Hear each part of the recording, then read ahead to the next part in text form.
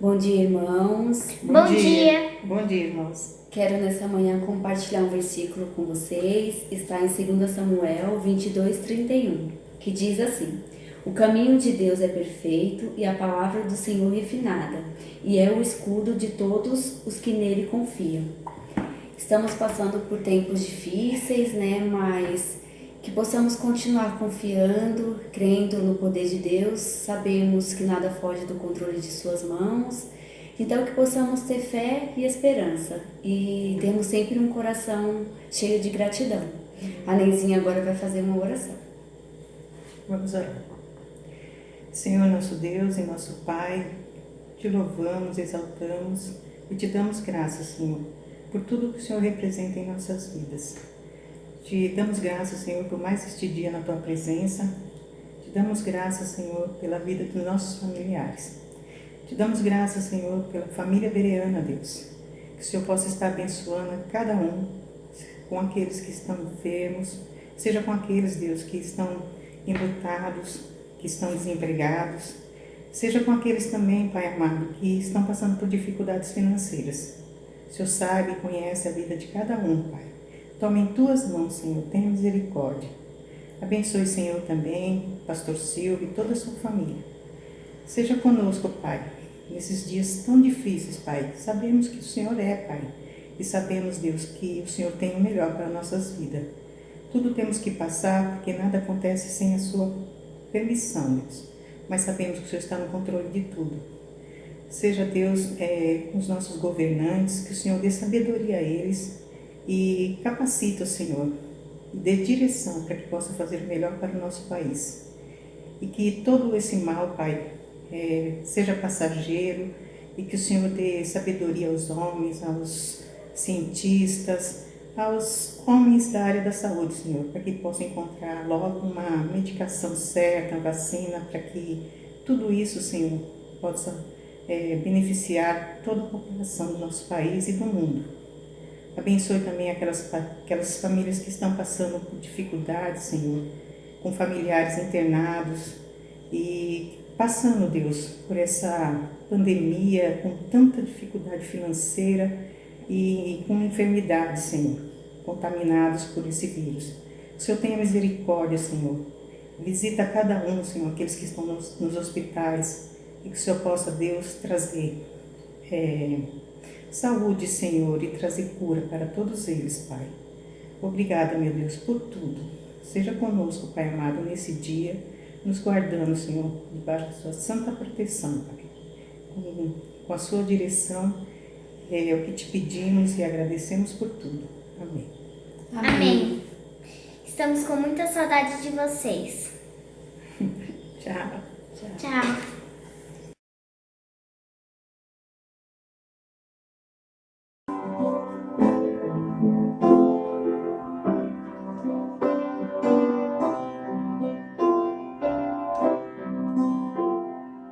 Salvador maravilhoso, Deus que tomou meu lugar, Cordeiro entregue ao Calvário, morto pra nos salvar, morto pra nos salvar. Consolador, conselheiro, Deus que me vem abraçar, na noite escura da alma, tu vens comigo andar, oh, tu vens comigo andar. Por isso nós te adoramos, por isso vamos louvar,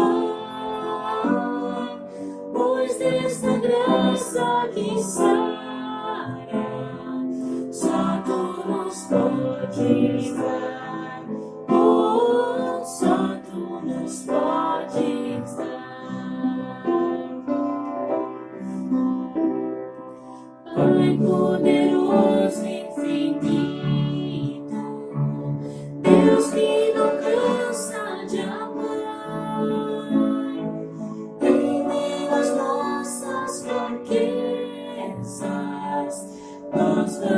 vamos te buscar. Oh, nós vamos te buscar. Por isso nós te adoramos, por isso vamos voltar, pois desta graça que sara, só tu nos podes dar.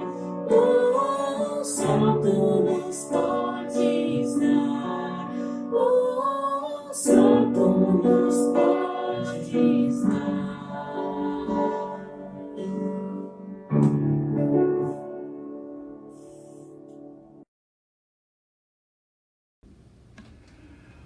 Bom dia, amada igreja, queridos irmãos, mais um tempo gostoso de aprendizado, de meditação, de adoração a esse Deus maravilhoso, todo-poderoso, que nos alegra em viver, em cultuá-lo e saber, né, da perspectiva que logo estaremos com Ele.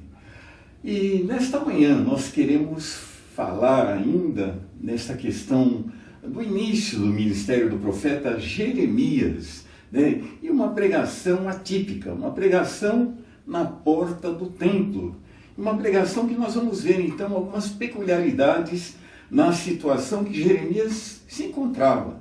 Ele, chamado pelo Senhor, bem jovem ainda, e ele tinha uma missão extremamente difícil de falar a um povo que não queria ouvir, um povo de dura cerviz, um povo que, não obstante os fatos que ocorreram em Jerusalém, 70 anos antes, não sensibilizou o coração daquele povo que estava ali prestes a ser também corrigido pelo Senhor. Mas eles estavam ali saboreando o pecado e com os seus corações endurecidos contra o Senhor. E nesta manhã, então, nós vamos ver o recado que o Senhor dá a Jeremias, e Jeremias tinha a incumbência de falar ao povo de Judá que Deus tanto amava, mas que também Deus os disciplinaria, porque quem ama, disciplina. E o Senhor, para Israel, é o Deus Todo-Poderoso, aquele que é realmente o que detém o poder. Vamos ler Jeremias 7, do 1 até o 20. E depois nós vamos orar e vamos meditar nesta manhã. Jeremias capítulo 7, do 1 ao 20. A Bíblia diz: a palavra que da parte do Senhor veio a Jeremias dizendo: põe-te à porta da casa do Senhor e proclama ali esta palavra e dize: ouvi a palavra do Senhor todos de Judá, os que entrais por estas portas para adorardes ao Senhor. Assim diz o Senhor dos exércitos, o Deus de Israel: melhorai os vossos caminhos e as vossas obras, e vos farei habitar neste lugar. Não vos fieis em palavras falsas, dizendo: templo do Senhor, templo do Senhor, templo do Senhor é este. Mas se devera melhorardes os vossos caminhos e as vossas obras, se deveras praticardes o juízo entre um homem e o seu próximo, se não oprimirdes o estrangeiro e ao órfão e à viúva, nem derramardes sangue inocente nesse lugar, nem andardes após outros deuses para o vosso próprio mal, eu vos farei habitar neste lugar, na terra que dei a vossos pais, desde os tempos antigos e para sempre. Eis que vós confiais em palavras falsas, que por nada vos aproveitam. Porventura furtareis, e matareis, e adulterareis, e jurareis falsamente, e queimareis incenso a Baal, e andareis após outros deuses que não conhecestes? Então vireis, e vos poreis diante de mim, nesta casa que se chama pelo meu nome, e direis: fomos libertados para fazermos todas estas abominações? Pois esta casa que se chama pelo meu nome, uma caverna de salteadores aos vossos olhos, eis que eu mesmo vi isto, diz o Senhor.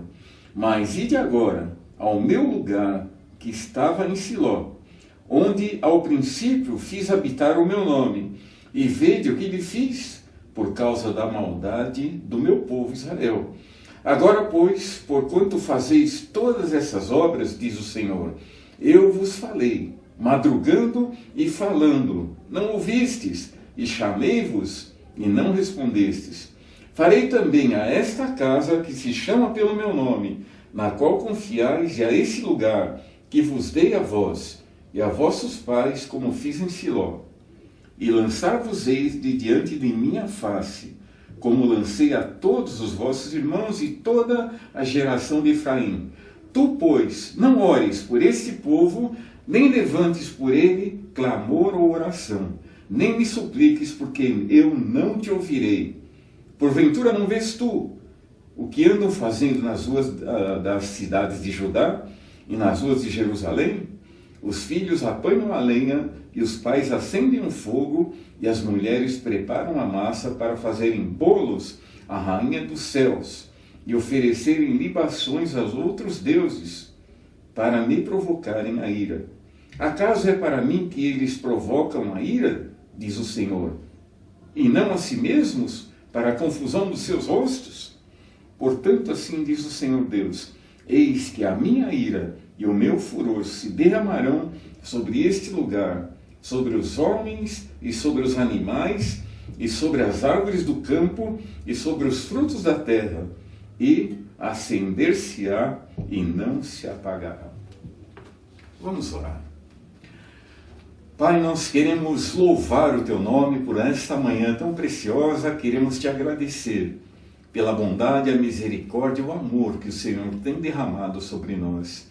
E agora nós Te pedimos, Senhor, uma bênção toda especial por todas as famílias da Tua igreja. E lembrando, Senhor, o nosso querido irmão Aurélio, pedimos que o Senhor continue consolando a ele, a sua família, e consolando os demais irmãos também que tiveram perdas nesses últimos tempos.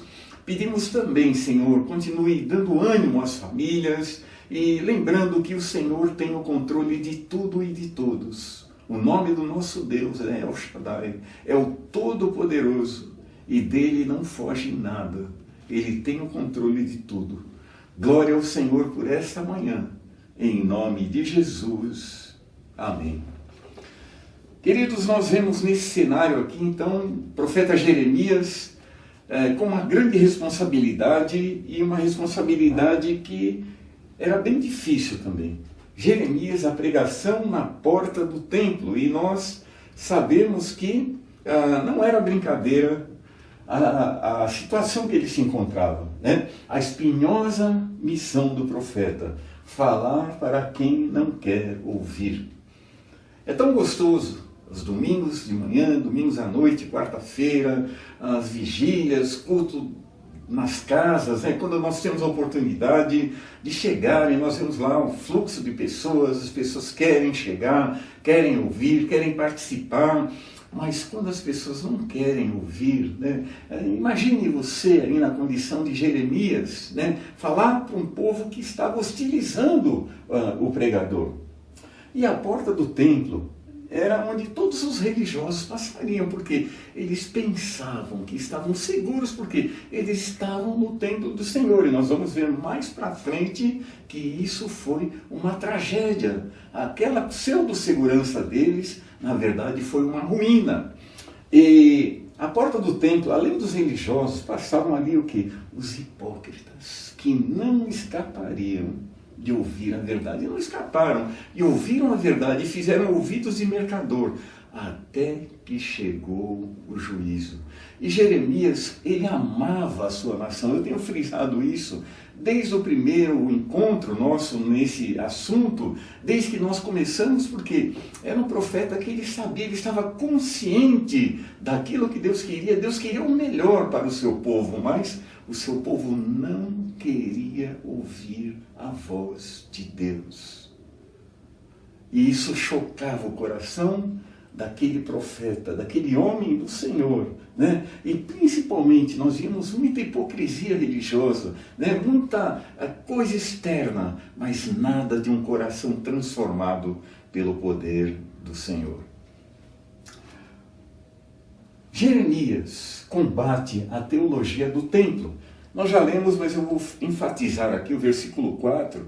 A Bíblia diz assim: não vos fieis em palavras falsas, dizendo, templo do Senhor, templo do Senhor, templo do Senhor é este.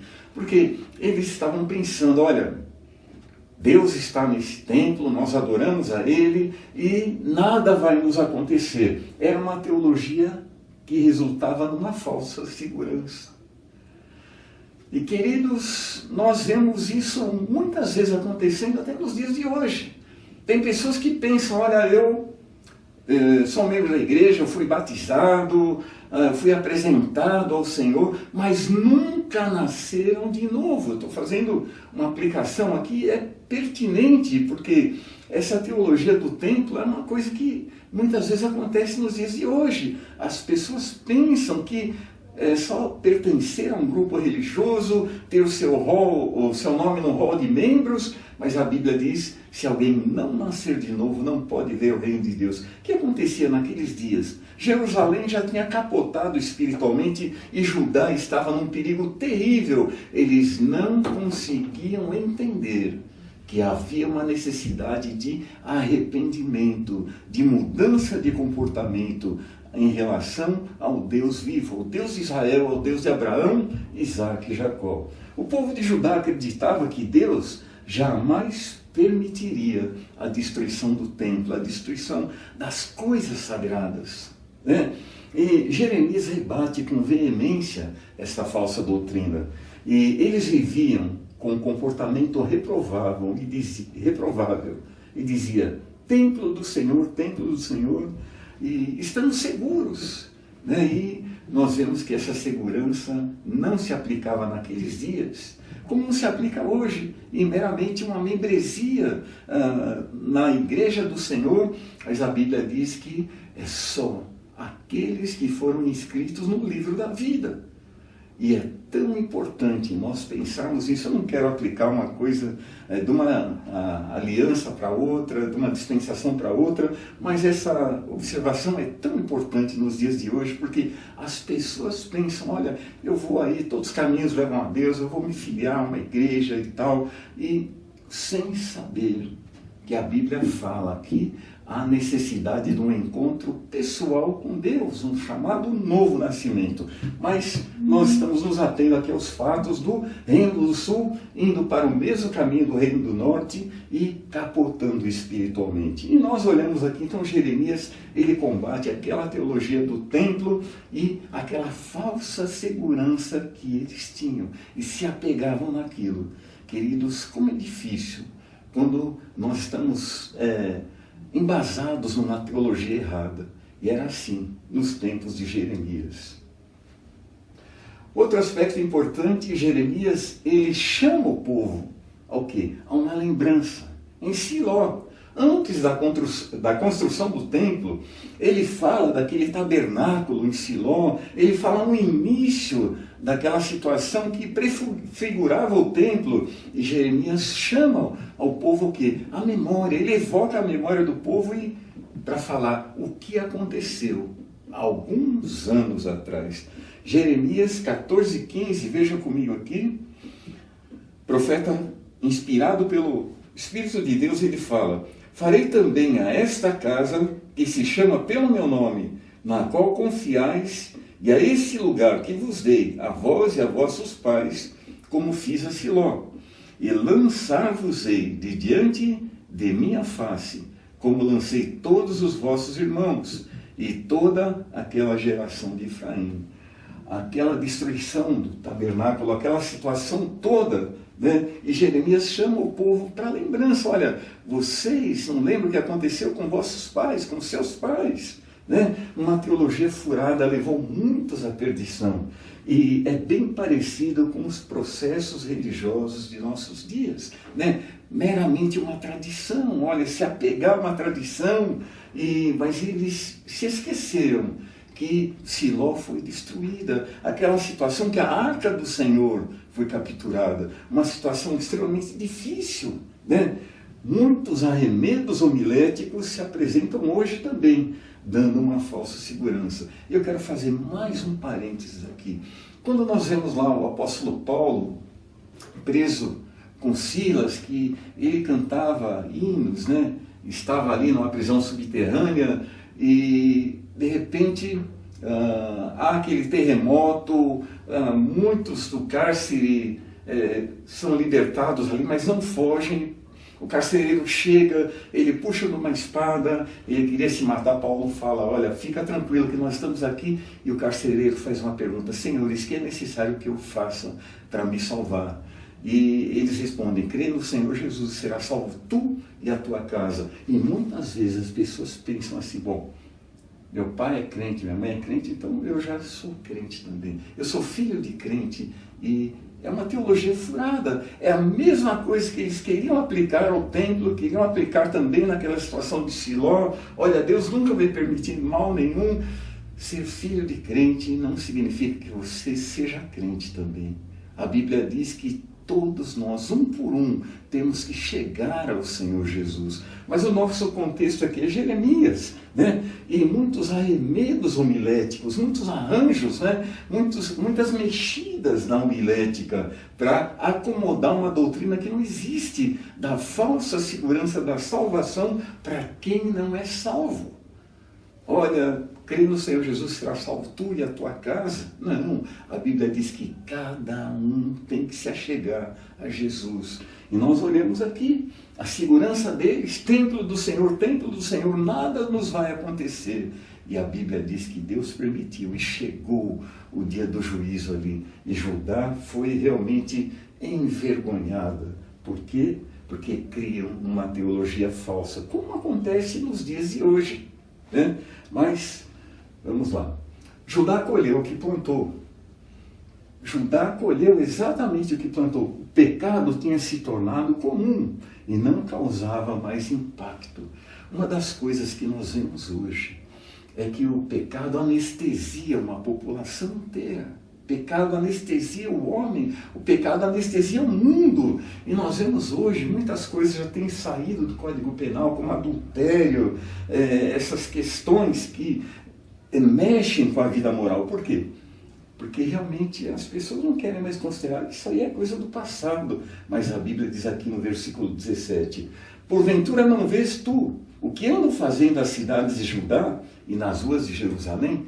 Idolatria é pecado também. Os filhos apanham a lenha e os pais acendem o fogo e as mulheres preparam a massa para trazerem bolos à rainha dos céus e oferecerem libações a outros deuses para me provocarem a ira. O Senhor é exclusivo, Ele quer uma adoração exclusiva. A Bíblia diz que o Senhor não divide a sua glória com ninguém. E Jerusalém já havia experimentado isso, e Judá não tomou lição para si, e também caiu no mesmo erro. E a Bíblia diz assim, os filhos apanham a lenha, os pais acendem o fogo, as mulheres preparam a massa para fazerem bolos à rainha dos céus. Né? Quando nós vemos no livro de Hebreus, é mencionado lá Renfã, a deusa Renfã, né? E outros. E a Bíblia diz assim, para fazerem bolos à rainha do céu e oferecerem libações, a outros deuses, para me provocarem a ira. Desde o início, né, quando nós olhamos lá no Shema, olha, o Senhor Deus é único, né? Não existe outro que merece adoração, é só o Senhor. E tanto Jerusalém e agora Judá, 70 anos depois, incorrem no mesmo erro. Pecado da idolatria, o pecado da imoralidade, o pecado realmente da falsa moralidade, de uma religiosidade oca que abominava, que Deus abominava, né? E nós vemos então a idolatria era corrente na vida do chamado povo de Deus. E isso doía no coração do Senhor. A colheita estava perto. Eles plantaram o pecado e colheram a ira de Deus. Não tem como, não existe outra alternativa. Quando as pessoas realmente elas resolvem pecar e bloqueiam ou queimam suas consciências, a Bíblia diz até, quando Paulo estava falando lá ao seu jovem pupilo Timóteo, que estava pastoreando em Éfeso, Paulo fala que eles tinham consciência cauterizada, queimada, porque eles não conseguiam mais detectar o perigo do pecado, o problema do pecado, nem decodificar que aquilo causava ira no coração do Senhor. Deus queria uma reforma espiritual e moral, não um zelo pelo templo. E esse é um outro aspecto muito importante. As pessoas estavam tão focadas realmente na aparência, na ida no templo, e muitas vezes como aquele eunuco que nós olhamos já no Novo Testamento, aquele homem lá em Atos capítulo 8, ele tinha saído do paganismo e migrado para o judaísmo, através ali, se tornando um prosélito, eunuco, tinha um alto cargo de uma rainha africana, um povo que precisava também do Senhor. Ele tinha ido adorar em Jerusalém, estava voltando, lendo o profeta Isaías, quando Filipe, o evangelista, pergunta para ele: entendes tu que lês? Ele responde: como poderei entender se alguém não me explicar?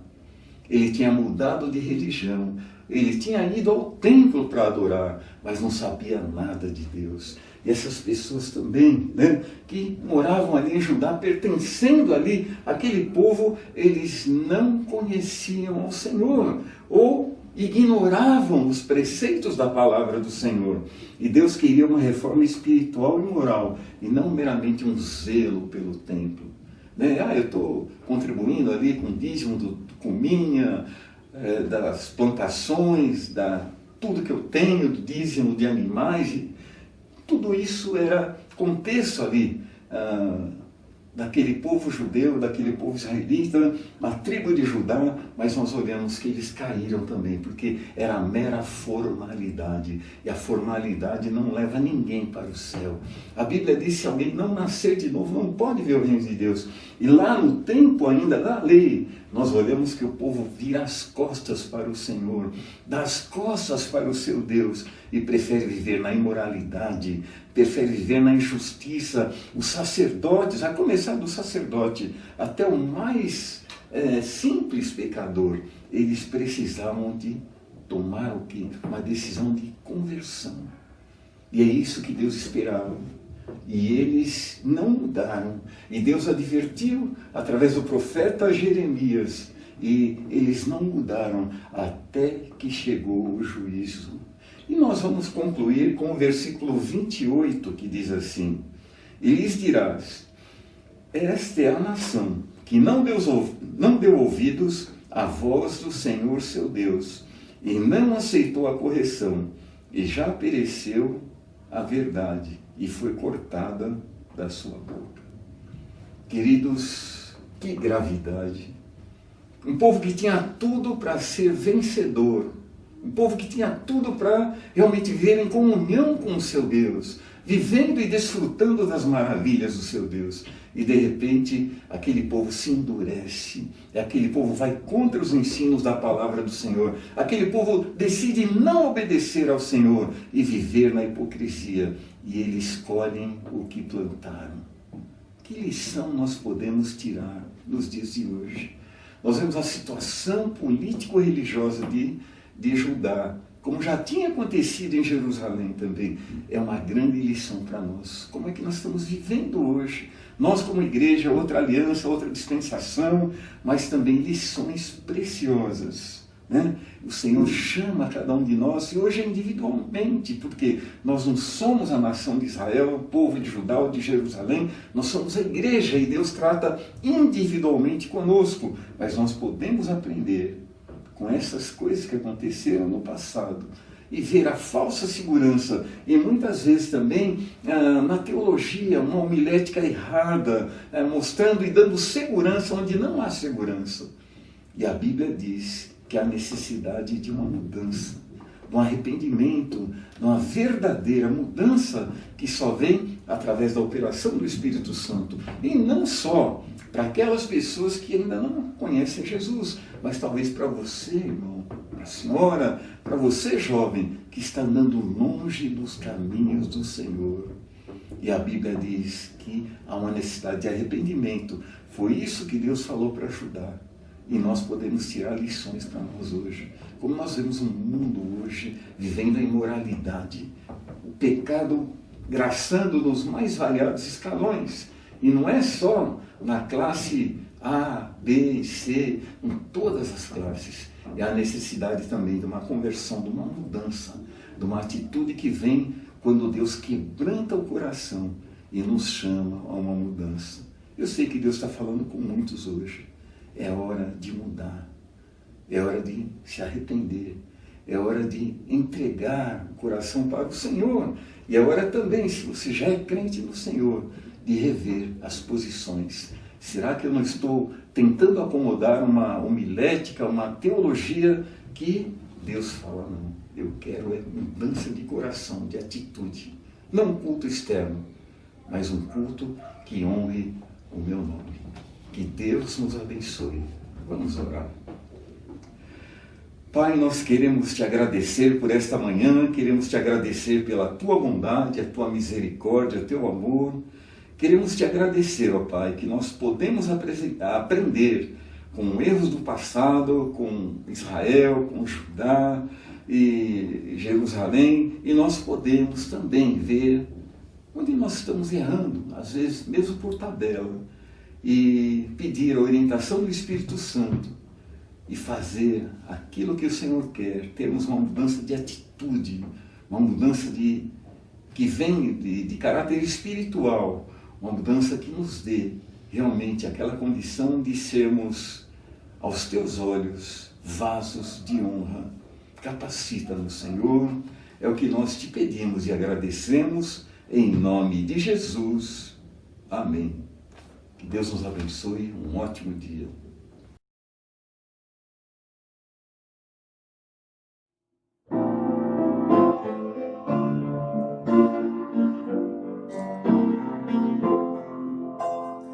Vemos passando, umas temíveis cruéis, mas o Senhor tem livrado pelos seus servos fiéis.